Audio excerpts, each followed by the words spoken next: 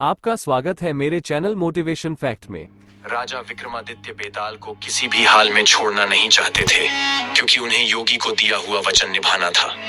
वे बड़े तेजी से पीपल के पेड़ के पास गए और बेताल को पकड़कर अपने कंधों पर रखकर जाने लगे।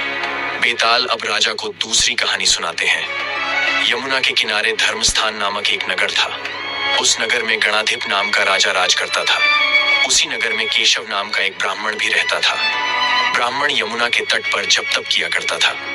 उसकी एक पुत्री थी जिसका नाम मालती था।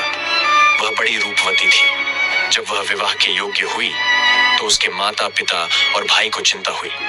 संयोग से एक दिन जब ब्राह्मण अपने किसी यजमान की बारात में गया था और भाई पढ़ने गया था, तभी उनके घर में एक ब्राह्मण का लड़का आया। लड़की की मां ने उसके रूप और गुणों को देखकर उससे कहा कि मैं तुमसे अपनी लड़की का विवाह करना चाहती हूँ। उधर ब्राह्मण पिता को भी एक दूसरा लड़का मिल गया और उसने उस लड़के को भी यही वचन दे दिया। उधर ब्राह्मण का लड़का जहाँ पढ़ने गया था, वहाँ वह एक लड़के से यही वादा कराया। कुछ समय बाद बाप बेटे घर में इकट्ठे हुए तो देखते हैं कि वहाँ एक तीसरा लड़का भी मौजूद है। दो उनके साथ आए थे। अब क्या होगा? ब्राह्मण, उसका लड़का और ब्राह्मणी बड़े सोच में पड़ गए, क्योंकि सभी ने अपने अपने पसंद के लड़कों को वचन दे दिया था। अचानक रात में उनके घर एक सांप घुस गया और उसने लड़की को काट लिया और वह मर गई। उसके बाप, भाई और तीनों लड़कों ने बड़ी भाग दौड़ की। जहर झाड़ने वालों को बुलाया, पर कोई नतीजा न निकला। सब अपनी अपनी करके चले गए। दुखी होकर वे उस लड़की को शमशान में ले गए और क्रियाक्रम की। तीनों लड़कों में से एक ने उसकी हड्डियों को इकट्ठा कर अपने पास रख लिया और फकीर बनकर जंगल में चला गया। दूसरे ने राख की गठरी बांधी और वहीं झोपड़ी बनाकर रहने लगा। तीसरा लड़का योगी होकर देश देश घूमने लगा। एक दिन की बात है, वह तीसरा लड़का घूमते घामते किसी नगर में पहुंचा और एक ब्राह्मणी के घर भोजन करने बैठा। जैसे ही उस घर की ब्राह्मणी भोजन परोसने आई कि उसके छोटे लड़के ने उसका आंचल पकड़ लिया। ब्राह्मणी से अपना आंचल छूटता नहीं था। ब्राह्मणी को बड़ा गुस्सा आया।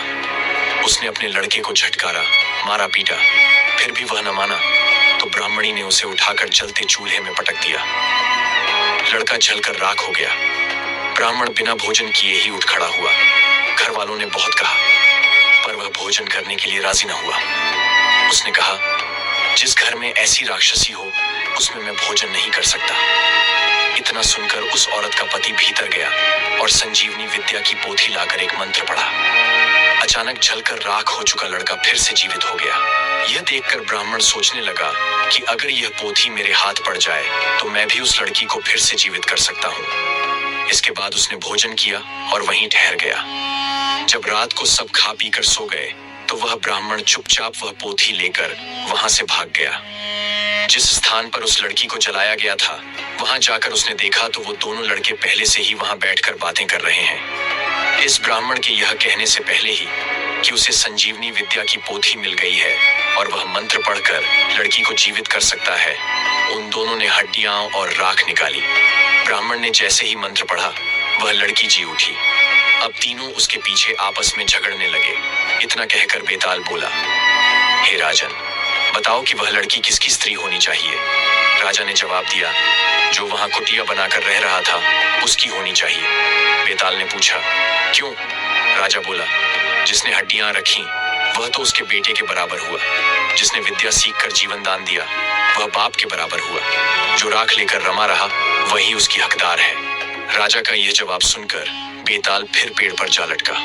राजा को फिर लौटना पड़ा और जब वह उसे लेकर चला तो बेताल ने तीसरी कहानी सुनाई। मिलते हैं बेताल 25 की अगली कहानी के साथ। तब तक के लिए आप इस वीडियो को लाइक कर दीजिए।